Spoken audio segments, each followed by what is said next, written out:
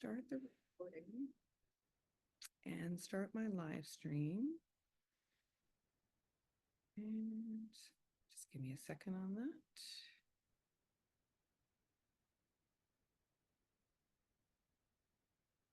Okay. And now we're going to share our screen. Yes. Great, Katie. Thank you. Yes. See what's new and what's coming next? That you are in the right place for that. So that's excellent. Okay.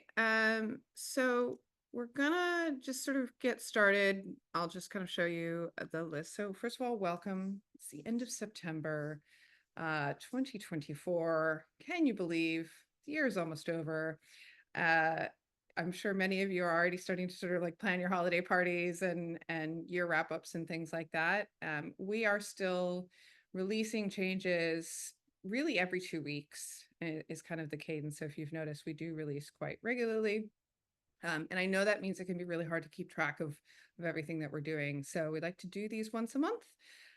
And so today I'm just going to quickly cover off the fact that you can review the summary release notes. So if you dismiss that release notes pop-up because you're busy with something else, you can always click on the release notes link in the platform and jump back here.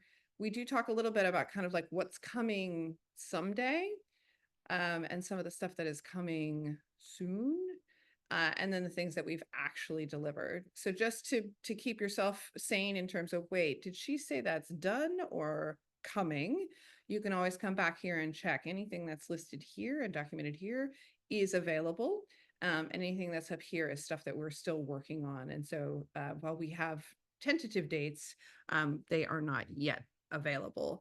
So probably the biggest one to look at is that we are looking to push out Stripe by November. So AutoPay for Stripe. So let's just be clear, anybody who's not using Stripe, that will not be AutoPay for you. And just a reminder to everybody, be sure to go on and turn saved card on now, because that means that the people who have saved cards, it'll immediately appear for them, well, when you turn on AutoPay, the option to enable AutoPay. So that'll already be saved and it'll just be a much smoother process. So we'll talk a little bit about that.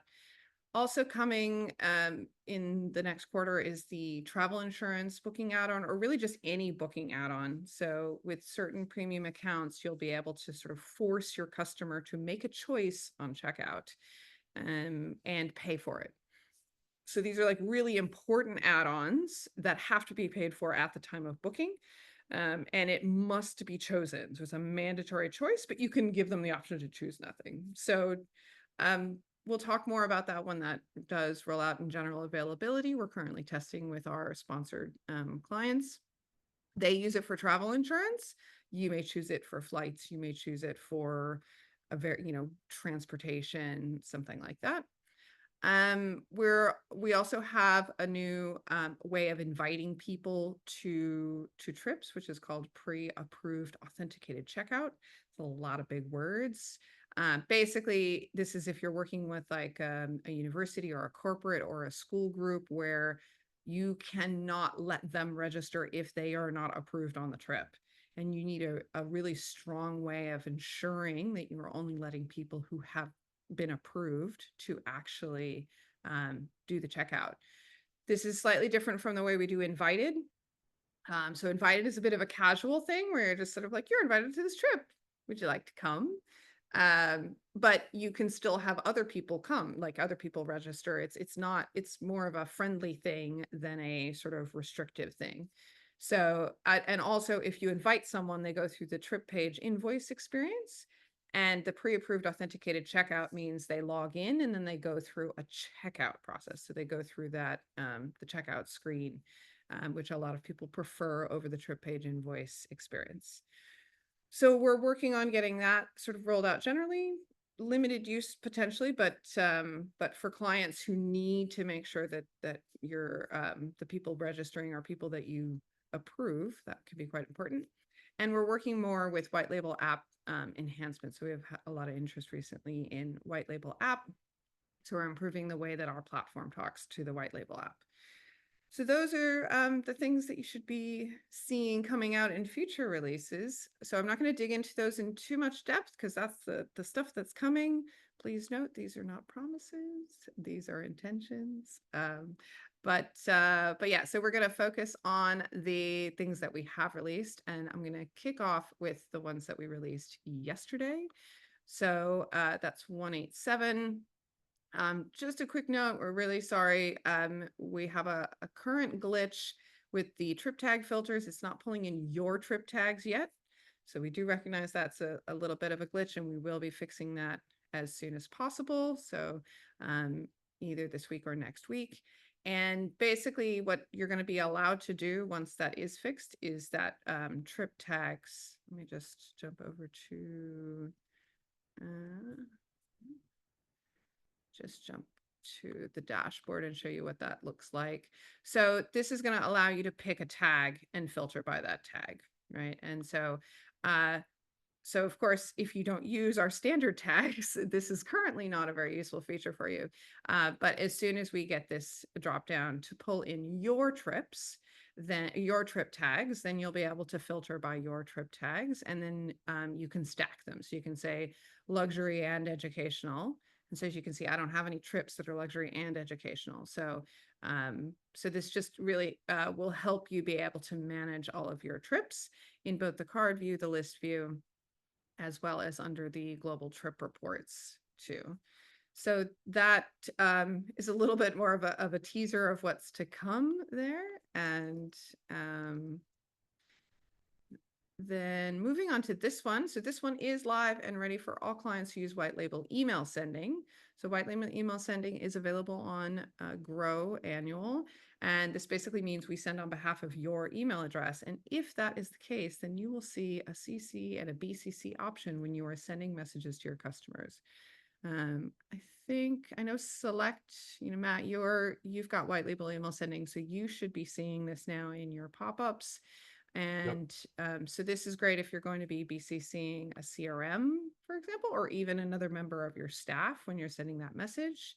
And CC is obviously good if you're sort of communicating to an individual traveler, but you want to CC the group leader so that they know that that's been done. Do keep in mind that when you do this, you are sending a copy of their magic link to that other entity. So just be conscious of that choice, especially if you don't require login on the platform and you are using the magic links feature. So just keep that in mind, that you're basically giving these people the ability to access the trip just like the individual can. So keep that in mind. And if you have any concerns or questions about that feature before you use it, definitely reach out to support on that. Any comments or questions before I move on? Cool. Anyone excited about this feature? Oh, we got some nods. Okay, excellent. So this is a little bit of a housekeeping thing. We changed the name of the, let's just jump back to here. We changed the name of the itinerary sort of trash folder. It used to be called archived. Now we're calling it hidden. And the reason for that is because people have been using this as a way to hide itinerary items. And so it used to say archive, now it says hide. It's the same functionality. We've just changed the label on that. And then once it's hidden, you can then either show it, which just pops it back to where it was, or the true new feature here, you can actually delete it.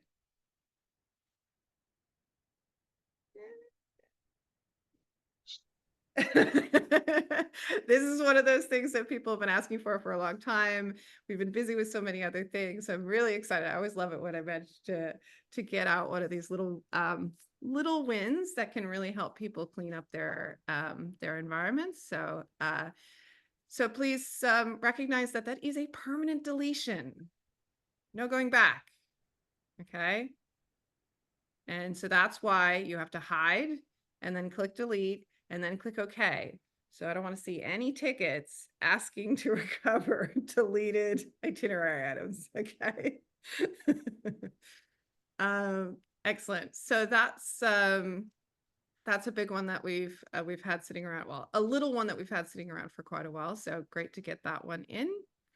And then this one is something that we're currently in sponsored pilot, but we're looking to get shared more broadly very soon, which is the ability to do a different surcharge for ACH payments.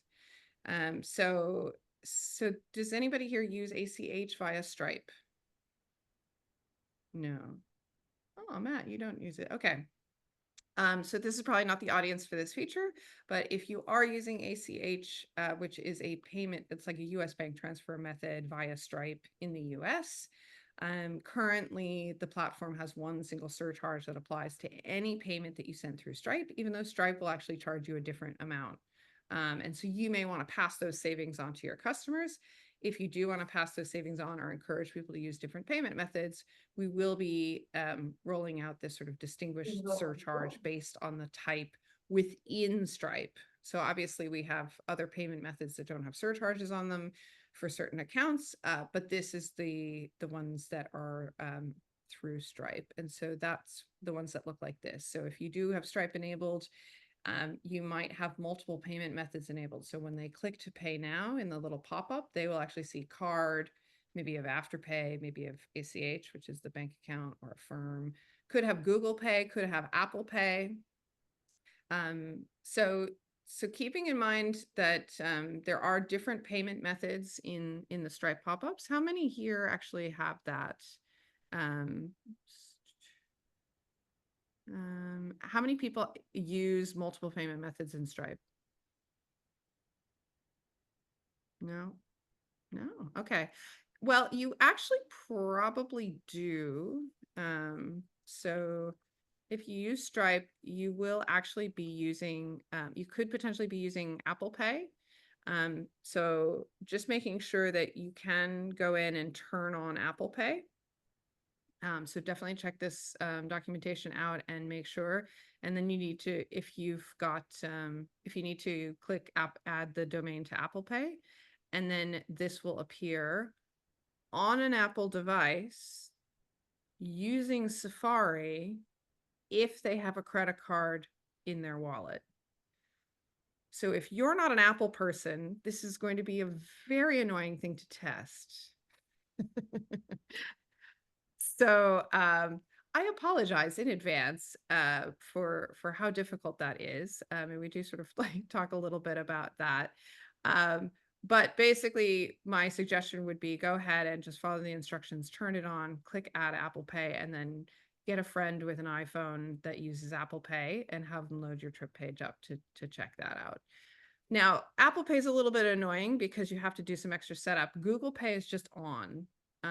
And so same kind of rules apply in terms of it needs to be a device that's logged into a Google account. It needs to have a credit card attached to their Google Wallet, and they need to be in a browser that supports that. So all that's still true, but in the Google world. But you guys might be taking Google payments right now and not even be realizing it through Stripe. So a lot easier with them, but Apple Pay's got an extra level of security there. I'll take a pause and see, has anybody got any questions on what we just talked about in terms of these additional payments? Yeah, Mia. Just wondering, will you like set up travel pay in the future? Travel Pay? Yes. The gateway, the Australian gateway? Yes. We've had conversations with them, but we are not currently integrated. But we can absolutely talk about that to see whether or not it makes sense to integrate with them. So it just is a matter of whether or not it's worth the integration costs on that one. Okay. Yeah. We are actually more interested in talking to some non-credit card gateways in countries like Australia, where they actually have like flat fees for payments. So instead of credit card fees, which can be up to 3% in the US, and I think it's like 1.5% in Australia, like they just charge you like $1 to make a payment transfer and things like that. So we're looking into more of those kind of lower fee integrations than we are with more payment gateway integrations. We do also support Stripe and Square if you are looking for alternatives. Sorry, PayPal and Square if you're looking for alternatives to Stripe. Unfortunately, or fortunately, Stripe has a lot of power. Like they provide a lot of functionality in terms of like multiple payment methods and things like that. And so that's one of the reasons why that is our kind of our preferred gateway at this time. But thank you for that. Any other questions before I move on? Okay, so I let me just jump back and make sure I've covered everything off in here. We are also working on a sponsored pilot, and just to help you guys understand, these are the things where clients have paid us to do a development, and that means that it's exclusive to them for a certain period of time. So we're currently working with a client to do third-party cards. So if you work in a sort of B2B mode with your clients, so you don't sell to individuals so much as you sell to a business who then brings their individuals, and if that business or institution actually has cards that you might charge for portions of that trip or for certain individuals on that trip, we will now be allowing our clients to store third-party cards on their accounts. And that kind of looks a little bit like this. So you'll have third-party cards and you'll be able to add cards, and then you will actually be allowed to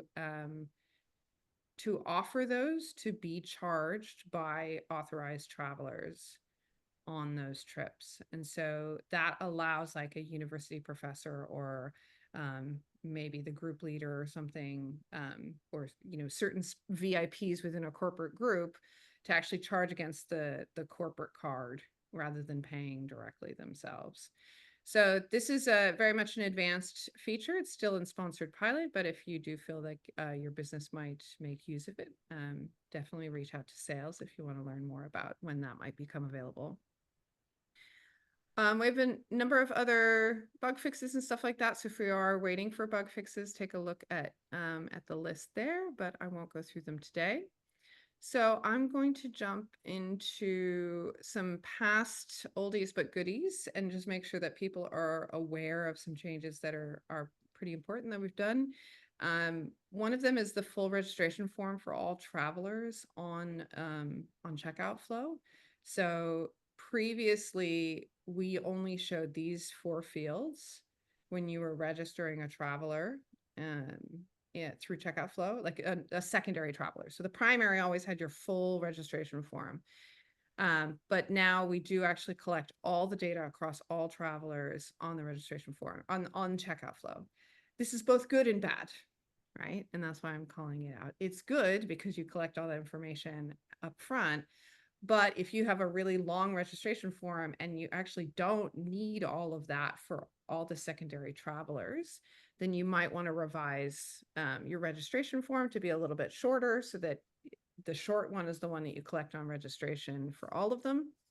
And the long one is what you then collect at a later date from the primary person.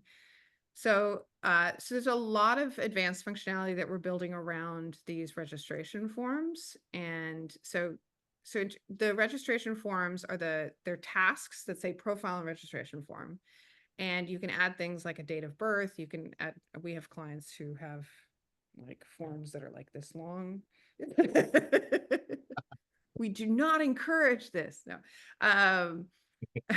So obviously this is not a great customer experience, but it's the kind of thing where if you know your client base can handle that and your operations cannot support waiting for this information and you need it immediately on booking, then have a registration form as long as your arm. But one thing on that actually is that you can now, so this is what these registration forms look like. So it's of type profile and registration form, should be on all your new trips automatically. Like everyone should have this. Anybody who's new, so Mia, Billy, I think you guys probably never knew a time when there wasn't this feature. But those of you who maybe set up before we had this, you need to make sure this is here, and you can always create a new one. A little tip, just a little thing, you can actually have multiple profile and registration forms. Don't do this if you are not willing to spend the time to test and verify that this works the way you want it to, but just keep that in mind that you can have more than one of them.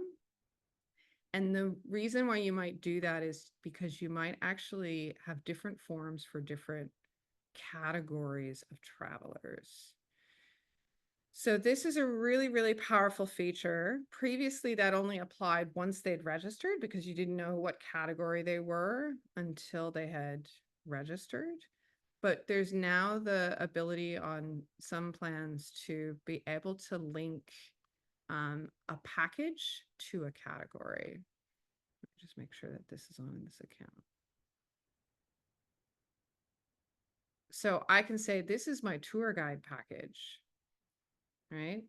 Now watch out, if you are using this feature and you're not requiring login, you're trusting people to pick the right package.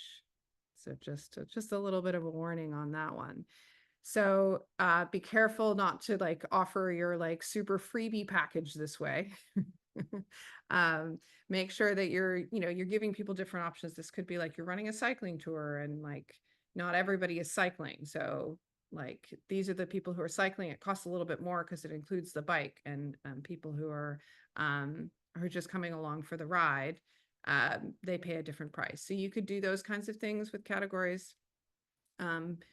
Typically, the traveler category feature is something that customers use in this context, like tour guide versus traveler, but it can also be like group leader versus student, could be adult versus child. So this is an advanced configuration that I'm showing, and this isn't something you just turn on lightly.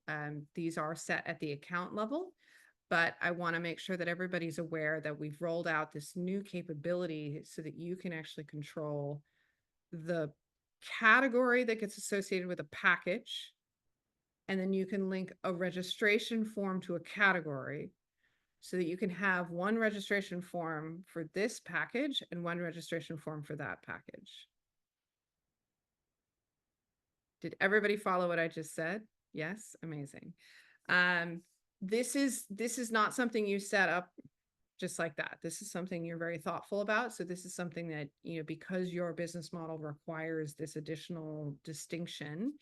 The most common one we've seen is definitely with students versus teachers, right? Because like an underage student has a very different registration form than an adult teacher does.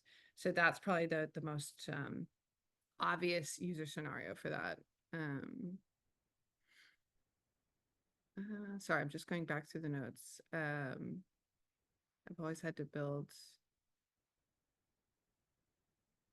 Oh, good. I'm glad you like that, Katie. Just checking back on the notes here just to make sure I've answered your questions with Matt. Looks like HCH set up, you need to give Stripe a URL for your privacy policy. You can absolutely point to our privacy policy if you want to. So that's just go.youli.io/privacy policy. Double check on that URL, but yeah, you're totally welcome to use our privacy policy if you need to within Stripe. However, you may want to also provide, my general recommendation is your privacy policy should probably link to ours, and you would, sort of have yours reference the fact that you use YouLi and point to ours, similar in the way like our privacy policy points to Google's privacy policy, right? So that would be sort of the correct way to do that. Thanks, Jen. And I don't want to take us down a rabbit hole on this one, but I noticed in site settings for YouLi, there actually is where it says under website terms and conditions. I guess that's the website privacy policy, not like a data. That's if you're using the YouLi starter website feature, which I don't think you would be doing. And so in that case, no, that's just like if you wanted to host your privacy policy on our servers because you have a little mini starter website to host your trips. Where is that? Yeah. So that would be like actually putting your privacy policy on your YouLi starter website. Gotcha. Okay. Sorry about that. Thank you. No, not a problem. Very good questions. These are all the little things, you forget about when you're doing your setup, when you're doing your demo setup, that the customers are running into these interesting little forms. All right. So I was just talking about traveler categories and forms, and really the main thing that I was looking to make sure you're aware of is all the changes that we've made around this. So I'm not going to be able to cover all of this in depth, and maybe this is a good workshop. Maybe we should do one specifically on registration forms. But I want to make sure everybody is aware that we've made huge changes here. Like you can actually move. So if you don't want first name first, if you actually want email at the top of your form, you can actually do that now. So that wasn't always true. It's a little thing, but it was important enough to a client to sponsor that change. So you all get to benefit from that. Also making sure that everybody's aware of things like the types of fields, like the date of birth. Let me just, and also, oh gosh, forgot about this Can I one. ask a Huge quick one. question about that Yeah, one? Mhm. Why? Because we have, you have a date picker and you have a date of birth and they're different pickers. Mhm. Okay. Yes, I'm just going to cover that. Good segue. So yeah, a date picker is like a calendar and it's going to default to today. But if you're asking for a date of birth, isn't that the most annoying customer experience ever to like start from 2024 and go back, 25 years? So we realized that what's really nice is if you do the birth date one, and so the birth date one looks like this. It's day, month, year. And so then that's a much easier experience to enter a birth date. And it's much easier experience to enter any kind of date that isn't like within the last couple of months or the next couple of months within a date picker. So that's why we call that date picker good for birth dates. Yeah. And of course you can always try these things out and see what it looks like on the form. And then if it's not what you need, you can always delete it off the form. And very importantly, you can now add fields to registration forms that are already live. How many of you have been hit by this problem? Yes. When you say already live, do you mean like previously created in another trip, or are YouLi's Good standard question. fields? No, it's if the form has already gone out and someone has at least one person has registered onto your trip on that form. So in the past, for data integrity reasons, we actually just locked the form once you got your first registration, and we're like, okay, that's it. Your trip is live. You're not changing this form anymore. And we do still lock certain things, like you cannot, so for example, this one, you can't change the field type. Well, this one, actually, sorry, that's because it's a system field. But if this were a live one and you'd already taken registrations, you wouldn't be able to change the type of this field. But let's see, is this one? But so this form is not live. Nobody's registered on this trip yet. So I can still change this to be a select all that apply instead of select only one value. So I can still play around and mess around with my form here because I'm not live with it. I haven't taken registrations. That will still be true. So this will still lock the change to an existing field's type. But the very important thing is that you can now add fields, headings, instructions. You can now expand your form even after you've gone live. So let's say you go live without dietary requirements, you get a registration, and then you're like, oh no, I forgot dietary requirements. You can add that after the fact. And if you make that field required, and someone has already registered and completed the form, but this field wasn't there, then when they come back, that task will actually appear as not complete because they now have a missing required field on their form. Now, they might be a little bit puzzled by this, right? Like, I'm not saying this is a great experience. Like, ideally, get all your required fields into your form before you launch your trip, right? Like, that's the ideal. But we know that sometimes mistakes happen and we forget fields. And so now we're allowing you to add this after it's already live. And if you make it required, it will prompt people to complete it who've already completed the form. If it's just optional, if it's just like, oh, I just want to ask, what's your roommate preference? And it's not that big a deal, but you do want to start collecting that information, you can add it, but not make it required. In that case, the people who've already completed the form will only see this if they go in to update their response. So they will not be prompted to complete it if you don't add it as required. Is that super clear, or do I need to go through that more? Yeah, amazing. Also noting, there's a lot of options in these fields here. So required is obviously one of them. Collect on registration is the one where I was saying, like, we don't recommend long registration forms. Remember, this is a profile and registration form.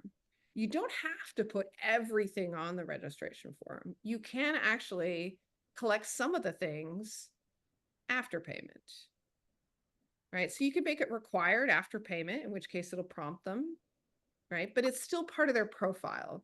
So if you have the philosophy of, look, I just want their first name, their email, and their phone number, and that's all I want on registration, but then later I want to get their dietary requirements, their roommate preferences, their whatever, and you have the time and you think your customers will come back and fill that information in at the time you need them to, you can make it required, but not collected on registration. And then it's a really simple form. And so if you're just like, I just need to get bookings in, right? Like, I don't want it to be a big, long form. You can do that and just push those fields into the sort of the profile side of it, which pops up in a task form. Okay, so can I just clarify what you said, Yeah. Jen? Yeah, please. So it is technically one form that they're filling out possibly in 2 stages. That's right. The time of booking, aka what you call registration, and then there can be part of the form that is prompted to be filled out post-payment, that I think the rest of us would call probably a registration form, but you're calling a profile form. And that is the second phase that can be completed with all the nitty-gritty detail stuff after, but it's one form configured pre-booking, basically. If you want to use it that way. Now, you don't have to use that functionality. You can just have a completely separate task with, additional information that's collected later. But if you like to kind of keep it as one profile form, because you think of this as profile data, right? Then you might want to just have the simple one here. Let's see what I think I'm on the right one.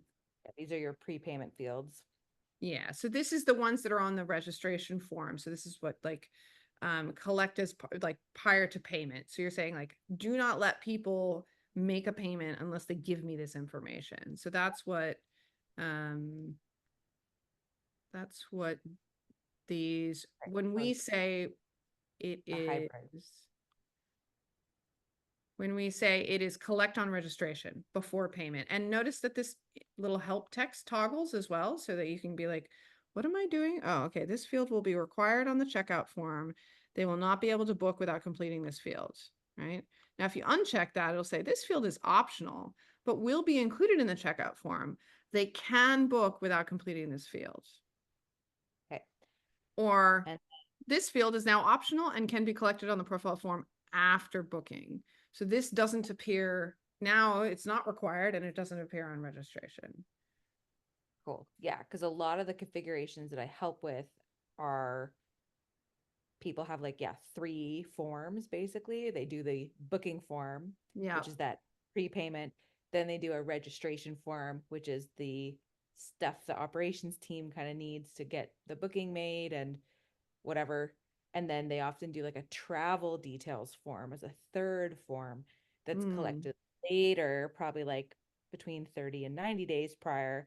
That's when people actually have their flights booked, have their insurance purchased, share their emergency contact, all that kind of stuff. So that's going to simplify this down to 2 forms instead of 3, which is really nice. And my follow-up question is, the fields that get submitted pre-payment, can we zap those somewhere? Yeah. Those are zapped. I don't know which webhook that is off the top of my head. And so we can follow up on that one. If that's not included in the, should be included in the payment zap. Is it not? Even I'll have to go look for sure, but yeah, because we tried to do it with the task, but we couldn't zap any custom fields that we created through. It's only the ones that you guys have created that are like standard fields. Yeah. So that's your ones you're showing here, but the dietary requirements you probably added Mm. separately. And so we can't zap that information anywhere. And so it would be great if a few more of those fields could either be standard Yep. fields that we can pick from so Mm-hmm. that we can, and then have them mapped through Zapier. Obviously that's a big thing on your end, but yeah, like the tags thing you were showing before. Yeah. It's like we need more standard fields to pick from that we can zap, Yep. or we need the custom fields that are created in the account to somehow allow. Yeah, well, let's definitely follow up on this one. I believe there is at least one Zap that contains this information when someone makes a booking. Oh, the register. Yeah, this data will be passed through without an initial payment. So with the deposit, it should be coming through. So let's be sure and follow up and make sure that I'm right about that. But you're absolutely right. This data should be available in those automations. So for those of you who aren't following, Zapier is a company that we work with. You can subscribe to our webhooks. You can also do it directly if you have a developer to listen for changes on our platform. So that would be like a payment made, a task form completed, and that data then gets passed through, and you can do whatever you need to do with that. So you can, using Zapier, there's like a little, what you see is what you get kind of interface to pass that off to other systems. And so, what Katie is asking about is really important. Like, obviously you need this information for something. Like, it's usually not so useful just sitting in YouLi. You probably need to pass it on to a tour operator or something like that. So making it easier for you guys to pass that data on. Absolutely happy to support that. So great question. And let's make sure that that's in the place that you need it to be for that automation. And this actually, if you are using the automation stuff, that's when this field name matters. So API field name is to help you make sure that when you're referencing things in your automations, it's the same field. So even if you change this label to be like, in Bali, like maybe you have different dietary options in Bali as compared to somewhere else. So the label that you have is different, but the field name would be the same. So that your automation still picks that data up as the exact same field and passes that through. So this is advanced stuff, and you'd probably want to be working with someone like Katie to support you on these things. But just be aware that if you don't use any of our webhook Zapier automations, you don't need to worry about the API field name stuff. So don't stress about that field. And then in terms of who can see this data, that has to do with some being able to make these profiles visible to other people on the trip. And this is why we call it kind of like a profile form, right? Is that there's more than just information like dietary requirements. You would never put that on their profile, right? Like that doesn't make any sense. But you might put their avatar, like by default, their avatar, which is optional, is shown on the summary. So that's the kind of thing where when you decide that you want to actually expose profile data between travelers, you might want to learn more about the who can see this data feature. But if you're concerned about that, just set it to planner only if you're not comfortable with what that means, or if you don't have time to dig into that, because we're definitely not going to cover that in detail today. But I just want to sort of point out, you can do a lot with the profile and registration form, and we have been making significant enhancements on that. So as you're sort of thinking about what you need, and Katie described a scenario there, it's good to understand, yeah, you can use this one form where previously maybe you were using two. You can use, so you have your pre-booking information and your immediately post-booking information in the one form, but you just toggle this setting here, whether or not it's collected on registration. We just covered a lot of stuff. Have I lost anybody? Excellent. All right. So I think this is a good sort of summary of a lot of the enhancements that we've made to this form. One other thing you may not be aware of is that you can actually, you can do international phone numbers and you can set a default. This is one of those little tips that I love to tell people. Where's my United States? So you can make it so that on your form, it actually defaults to +1, or Mia, you guys might default it to +61. It doesn't mean they can't change it, but it just saves them that extra stress of having to click that long drop down box. So if you are collecting phone numbers, we recommend choosing international phone number and setting a country code default there. All right. Let me just jump back and make sure I'm getting through. Wanted to talk a bit about the customer registration forms, and I wanted to just touch on the variable room occupancy stuff.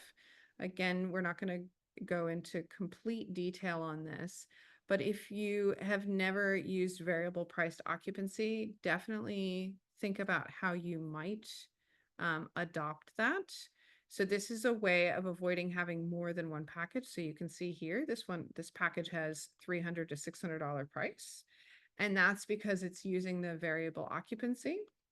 So there's two options. You can either do occupancy based on booking, and it's like the price is based on how many people are in the room, or it can be price per night based on occupancy. So there's two levels of variable occupancy. Most of our customers use this very simple one, which is just like, this is the price of the package, and maybe they set a minimum, like you have to book for 2 people, you have to book for 3, or maybe you just book for 1. But we're really encouraging people to think about whether or not they might want to offer packages that are flipped the other way around. So it's not a minimum occupancy, it's a maximum occupancy, and you can sell it for 2,000 for single occupancy, 1,000 if 2 people book in, for example. And we tell you, this is how much it costs. If 2 people book, you're going to get $2,000. If one person books, you're going to get $2,000. That makes sense to me that you would sort of want the same amount for the room, but you might give them a slight discount and say, okay, well, if it's single occupancy, it's just 1,800. So that's up to your business, how you want to sort of price based on occupancy. We just support that so that when the customer goes and chooses, we then allow them to say, I'm booking this by myself, or I'm booking it for 2 people. If you don't want them to be able to choose and you want to force them to book for 2 people, choose the must book and the minimum occupancy. But if you want to let them choose, change it to choose occupancy upon booking with a max occupancy of 2, and then set your prices here. So if you do want to allow that, and also if you want to enable the feature called allow people to pay separately, that's all done under this package settings. And this is this actually works with all the different ones. So you can do this also on our standard package pricing. You can check that box, and if you have that turned on, oops, let me set a price on that, then these people can actually choose to, oh, and this is another one of those recent features we rolled out. I've just changed this price, and so I'm changing the price for Rick. And so I'm not going to personalize that because I'm messing around. But if you were actually changing a package price and you didn't want to affect the people who are already booked, you would say to personalize the prices just there. So that's a nice little feature that we got out recently. Let me just update this and I'll show you the pay separately. And so paying separately is great if they are booking for 2 people, but they want to split that invoice. So they want to be in the same room together. They want to book together, but they don't want to pay together.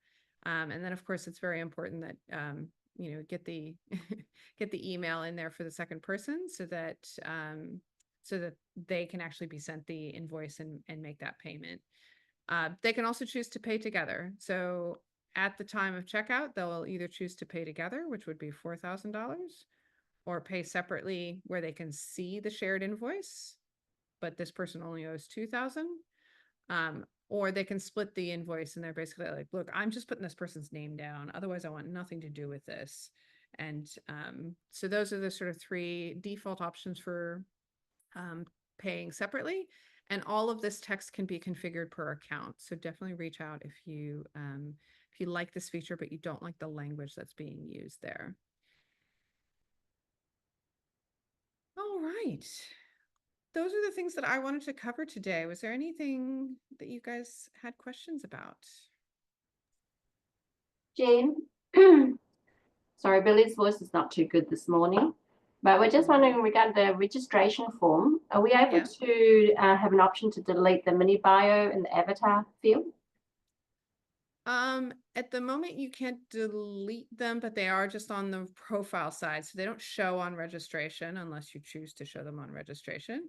But that's that's one of those little things that we would like to get you the ability to remove, but currently they're system fields, so they're kind of locked in. So just make them not required and not shown on registration, and most of your customers will never see them. Yeah. Good question. Yeah. Let me see if I can, do you know what I mean when I say that? Yeah. Okay, cool. Could I make a minor feature request? Hmm. In the checkbox section of the profile registration form, could you have the checkbox text editable rather than just saying done? Oh. Because sometimes it doesn't make sense. Yeah, interesting. So that's checkbox. Yeah, and that actually just says done. Yeah. I wonder.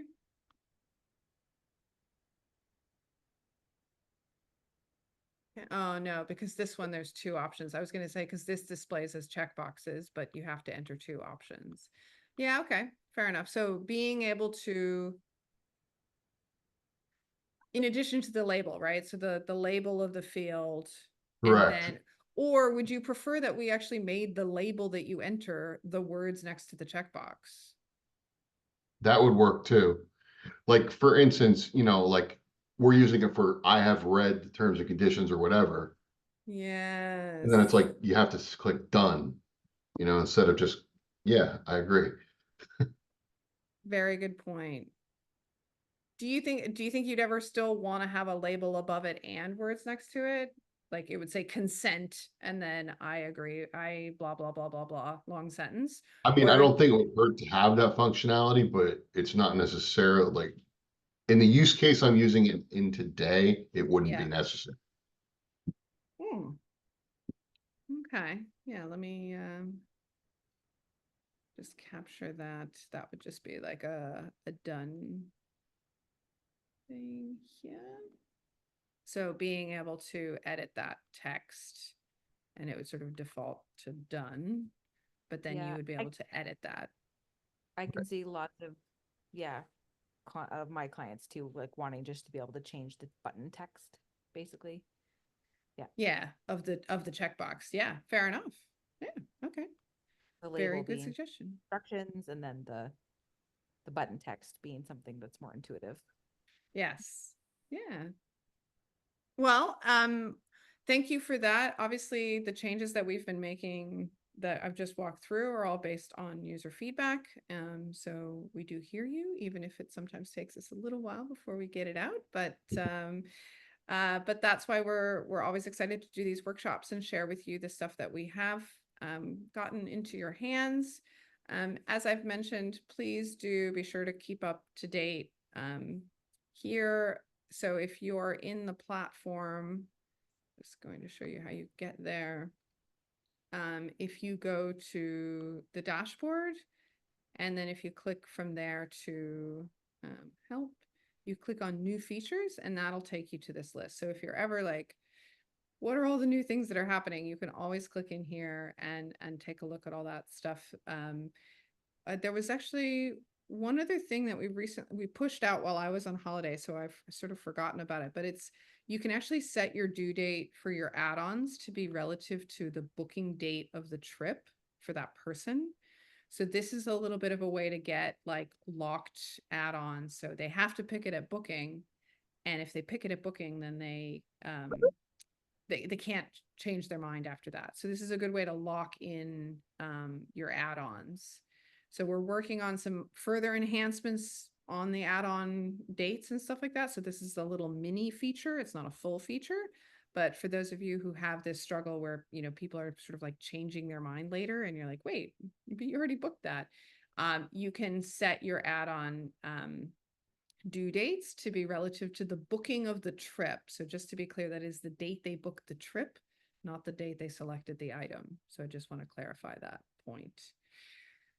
But yeah, so a lot of these little things, this was based on feedback from a customer in terms of some of the challenges that they had with things not being locked. And so we're always working on those, but the next big one that we're going to be focused on is definitely the AutoPay for Stripe. So be sure and go to your account and turn on saved card.